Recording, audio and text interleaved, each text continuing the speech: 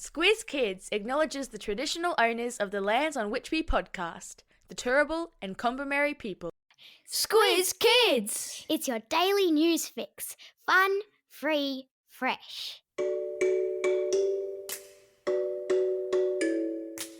Hello and welcome to Squiz Kids Today, your fresh take on what's happening in the world around you. I'm Bryce Corbett. It's Monday, November 4. In Squiz Kids Today, Kamala versus Trump showdown.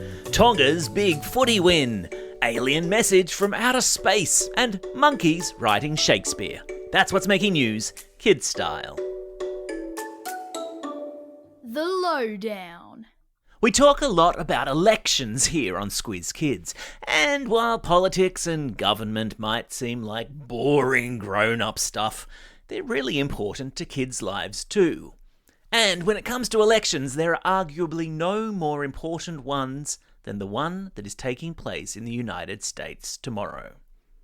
You know your school elections, where you vote for your school captains and student council reps? It's kind of like that, but times about 1,000. Unless you've been living under a rock, you'd know that the two candidates running to be President of the United States are Kamala Harris, who is the current Vice President, and Donald Trump, who is a former US President, having held the top job for 4 years from 2017. The pair have been campaigning, which means trying to convince Americans to vote for them, for the past few months. And according to polls, there's still no favourite on who is going to win. Which is to say, the race is tight, the candidates are neck and neck, and either one of them could become president this week. Now, if Kamala Harris wins, it will create a little bit of history. She'll become the first woman president of the United States. How cool would that be? So, why is an election in a country thousands of kilometres and an entire ocean away important to us here in Australia? Because the United States is what is called a superpower. One of a handful of countries in the world that are so big and so powerful that what happens there has a ripple effect around the world. Americans head to the polls tomorrow morning, US time, with results expected to start trickling in Wednesday morning, Australia time. So, hold on to your hats, kids. Things are about to get interesting.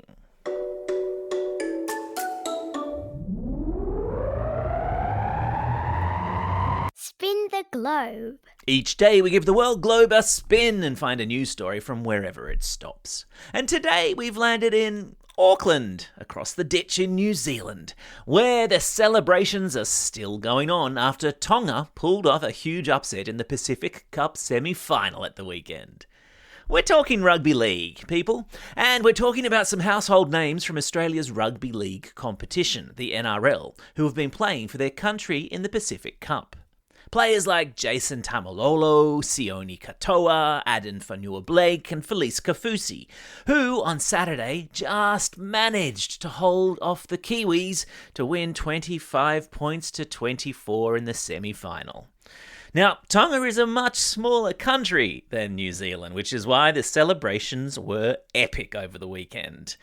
But you see, on the day, it was the size of the heart and the size of the effort that players put in to see their little country beat the bigger one. It means that Tonga will now face Australia in the final next weekend in Sydney. May the team with the biggest heart win.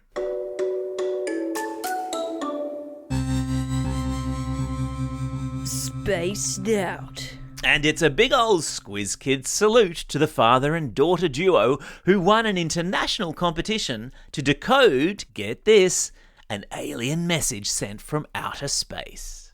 Well, not exactly a real alien message, but a fake one that was created here on Earth and beamed up to a spaceship that is orbiting Mars and then pinged back down here to planet Earth to see who was clever enough to decode it. The message was a series of lines and dots, arranged in a star-shaped pattern. I've stuck a link to an image of it in today's episode notes. Citizen scientists were given the challenge of decoding that message, and Kelly Chaffin and her dad Ken from the USA recognised the images as showing the molecular structure of something called amino acids. Now these are one of the building blocks of human life. How clever.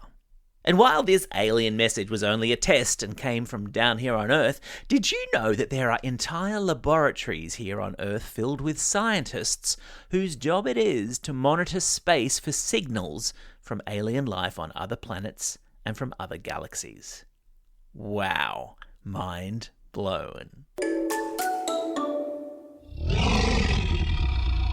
Animal Kingdom. There's been a long scientific theory of probability that says if you put a single monkey in a room with a laptop and give it an infinite amount of time, that monkey will eventually produce the complete works of Shakespeare. Good gracious, we're covering off a lot of big concepts here this morning. Consider this episode of Squiz Kids your Monday brain kickstarter. So, Shakespeare was a man who wrote plays back in the 1500s, so about 500 years ago. Plays that are still considered classics in the English language. You'll probably have to study one or two of them when you get to high school, and you'll probably either love it or hate it. But I digress. Because a couple of Aussie mathematicians reckon that they have disproved the monkey in a room with a laptop theory. And they did so by doing the sorts of maths calculations that make my head hurt just thinking about. According to these mathematicians, there would only be a 5% chance that a single monkey would successfully type the word bananas in its own lifetime.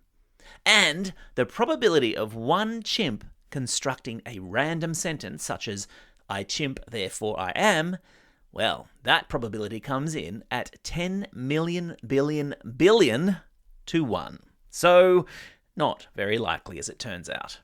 So how about that? Time for the quiz. This is the part of the podcast where you get to test how well you've been listening. Question number 1. Which team did Tonga beat at the weekend to advance to the Pacific Cup final? Yeah, that's right, they beat New Zealand. Question number 2. Name the 2 candidates running for US president.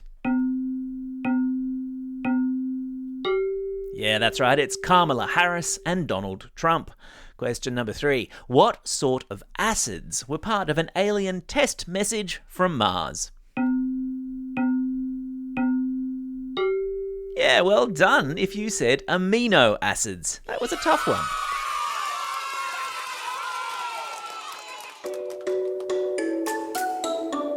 Shout-outs. It's Monday, November 4. Today is Tonga's National Day, which makes their rugby league team's success at the weekend even more significant. It's also a special day for these Squiz Kids celebrating a birthday today and tomorrow. Prisha from Vermont South, Alessi from Toorak, Alyssa from Harrington Park, Wiley from Maroubra, Hale from Mount Gravatt East, Hayley from Wellington Point, and Annabelle from Wagga Wagga.